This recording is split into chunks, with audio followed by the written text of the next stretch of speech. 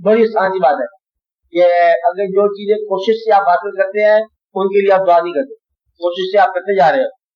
جہاں آپ کی کوشش, آپ کی استعداد ختم ہو جاتی ہے, وہ خواہش بھی باقی ہے, تو وہاں آپ دعا کرتے ہیں یا اللہ یہ خواہش ہے, میری ہمت میں یہ نہیں ہے اس کو حاصل کرنا, لیکن میری آرزو میں ہے یہ بات, تو اس لیے تو مہربانی فرما کہ یہ میری آرزو پوری کر, کیونکہ یہ میری ہمت سے باہر.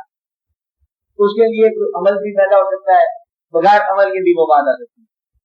اب اس کا واقعہ یہ ہے کہ زندگی جو ہے کوشش بھی ہے, زندگی کوشش بھی ہے, لیکن کوشش کے علاوہ زندگی نصیب بھی ہے. کوشش ہے, کون سا ناکام آدمی ہے جو کوشش نہیں کرتا؟ کون سا مزدور ہے جو کوشش نہیں کرتا؟ کون سا گناہگار ہے جو کوشش نہیں کرتا؟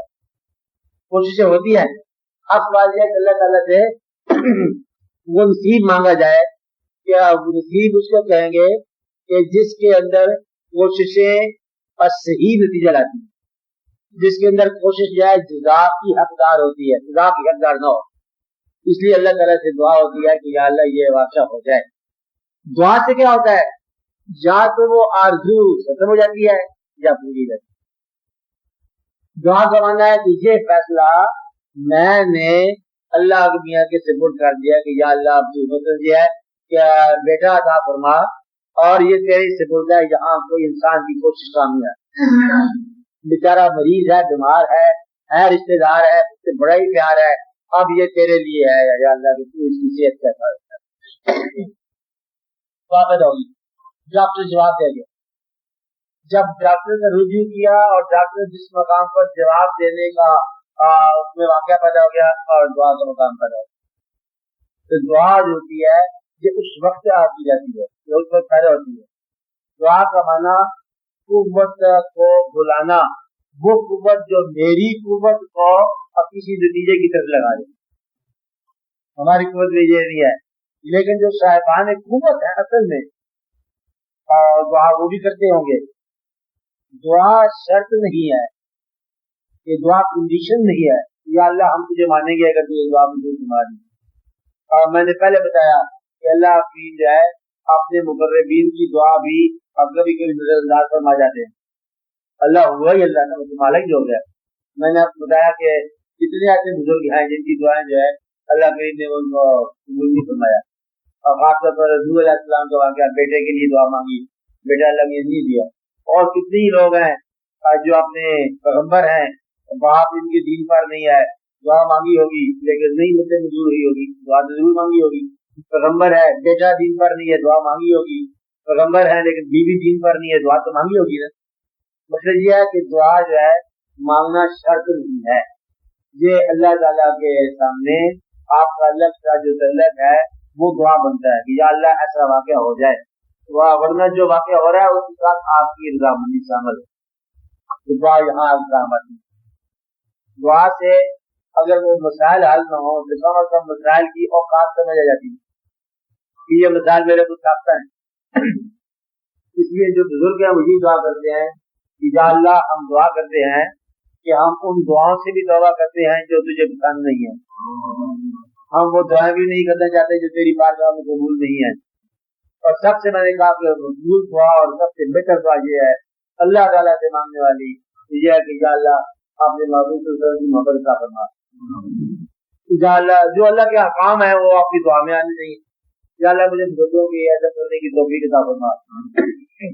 سب سے بڑی دعا جو ہے یہ ہے جو میرے وسائل ہیں زندگی کے, کیا ہے وسائل میں باہر کے شامل ہے, مال, عید گارہ, پتھر, روڑا, مکان, سامان, یہ بھی ہے وسائل ہے نا.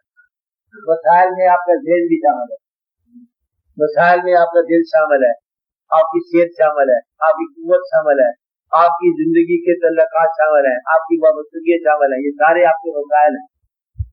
یا رب العالمین جن وسائل کو میں زندگی کہہ رہا ہوں ان وسائل کا وہ استعمال عطا فرما کہ زندگی کا انجام تیرے قریب میں ہو.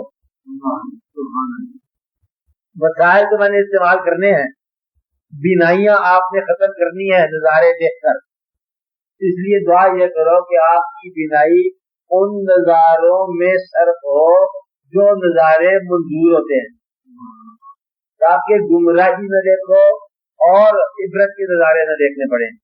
تو آپ کو اللہ تعالیٰ جو ہے اپنے مقبول نظارے دکھائے. اب بات رہے ہیں اس طرح سماعت ہے، بدل سماعت کان کا سننا، یہ آپ کے لیے مسائل ہے نا. آپ بات رہے ہیں یہ وسیلہ ہے نا کان کے لیے سننے کے لیے قرآن پاک کی تلاوت سب سے بہتر ہے، نعت کے رسول کریم سب سے بہتر ہے، یعنی کہ حبیب کی آواز سب سے بہتر ہے، شاہ کی آواز سب سے بہتر ہے، نیک انسانوں کی آواز سب سے بہتر ہے. اگر کان کے اندر وہ نغمات سنے جائیں جن نغمات کے پیچھے گناہ حرکت کرتا ہے، یہ دھڑکتا ہے، یہ دھڑکتا ہے، تو آپ کے کان میں آپ کا وسیلہ بن کے آپ کو گمراہ کر دیا. اچانک کان میں ایک آواز آ گئی، وہ آواز ہے جان پیدا کر دی گمراہی کی دلیل. اور کان کے اندر آواز جو جاتی ہے یہ آپ کے دل کو کیپچر کر لیتی ہے. آپ کو بات سمجھ نہیں آئی میں کیا کہہ رہا ہوں؟ اگر دعوت گناہ ہو تو آپ کا وجود میلان گناہ میں آ گیا، اگر وہ دعوت نیکی کی ہو تو آپ کا وجود نیکی کی طرف چلا گیا. اس لیے کان کے وسیلے کا استعمال یہ ہے کہ کان ان آوازوں کو سنے جو آواز صداقت کے راستے کی طرف لے جا رہی ہیں، کیونکہ اس دنیا میں دونوں آوازیں آ رہی ہیں، حق کی بھی اور جھوٹ کی بھی، دونوں سب گھر میں عمل ہے، بڑا فٹ بولتے جا رہے ہیں. آپ آتے نہیں رہے نا. اور کان ہے اس نے ڈسکریمنیشن تمیز کرنی ہے، یہ آواز نہیں ہے میرے لیے. تو دیکھو آواز آ رہی ہے، آواز کا اور صاحبان مہربان بداوت صاحب دیکھا کر کیا ہوگا ایک آدمی 9 بارہ خاتون بولا بانا راستے چلا دادا صاحب کے روڈ پر. اب وہ جب باڑی چوک پر پہنچا تو آوازیں شروع ہو گئی، بیچاری وہ اس کی آواز سمجھ رہا ہے، آوازیں شروع ہو گئی. اگر اس کو کہیں تھیٹر کی آواز آ گئی تو اس کی آواز میں سمجھ لینا تھیٹر ضرور لگے گا. آپ آتے ہیں میلہ ضرور ہوگا، سودا ضرور بکے گا، دکاندار ضرور آئیں گے، واقعات ضرور ہوگا، مجمع ضرور لگیں گے. کئی سارے یہ صاحب دوست نہیں ہے. آگے جاؤ گے عزیز میں قوالی ضرور کرے گا اور بھی لوگ قوالی کریں گے. تو قوالی جو ہے یہ بھی دادا صاحب کی آواز نہیں ہے. جس کام کو آپ چلے ہو اس کام کے راستے میں اس کام کے نام کے حوالے سے بے شمار آوازیں آ جاتی ہیں اور وہ اکثر آوازیں اس راستے کو روک دیتی ہیں جس راستے پر آپ چل رہے ہو. یعنی کہ آپ جا ہی رہے ہو، بس میں آپ جا رہے ہیں حج کرنے جا رہے ہو، آج کے نظام میں اتنی پیچیدگی کا فائدہ ہو جائے کہ آپ بےقاعدگی ہو جاؤ. تو یہ چھوڑو، یہ پاسپورٹ ہے واپس کرو، مفت دے پا رہے ہو. اگر ایسی بات ہے تو آپ کی کیفیت ٹوٹ جائے. آپ اگر دکان میں روزہ پہ بیٹھے تو کسی نے آپ کے بندے پہ اور کوئی ایسی واقع کر دیا تو آپ کی کیفیت خراب ہوگی. اس لیے اس راستے پر چلنے والا بڑی احتیاط سے چلتا ہے، اپنے وسیلے کو استعمال کرتا ہے کہ ریئیکشن جو ہے وہ غلط نہ ہو جائے. آپ یہ وسیلے ہیں، ذہن کا استعمال آپ کو نیکی بدی کی تمیز کرائے گا. ذہن اگر صرف پیسہ ہی سوچے، پیسہ کمانا، پیسہ جمع کرنا، صرف یہی سوچے تو وہ حسن کے خیال سے معلوم ہو جائے گا. آپ آتے رہے ہیں کہتا کچھ بھی زندگی میں نہیں ملا، بس دو نمازیں ہی رہ گئی.